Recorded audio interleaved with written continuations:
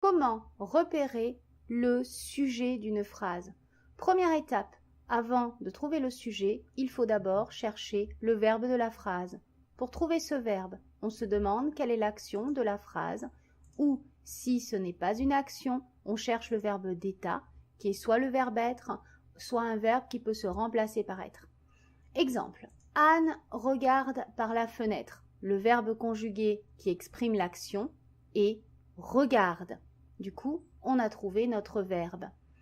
Deuxième étape, on pose une question avec qui est-ce qui ou qui est-ce que suivi du verbe que l'on a trouvé.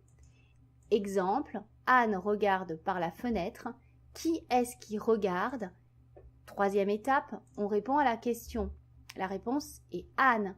La réponse est donc le sujet de la phrase. Anne est sujet de la phrase. Anne regarde par la fenêtre. Remarque, dans les exemples faciles, le sujet précède le verbe, mais il existe aussi des sujets inversés, d'où l'importance de bien repérer qui fait l'action exprimée par le verbe.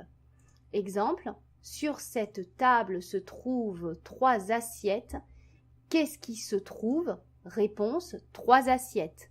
3 assiettes est le sujet, on dit inversé, de la phrase. Alors que si on va trop vite, on est tenté de considérer le mot qui précède le verbe comme un sujet, ce qui est faux dans le cas des sujets inversés. Ce n'est absolument pas table, le sujet. Voilà.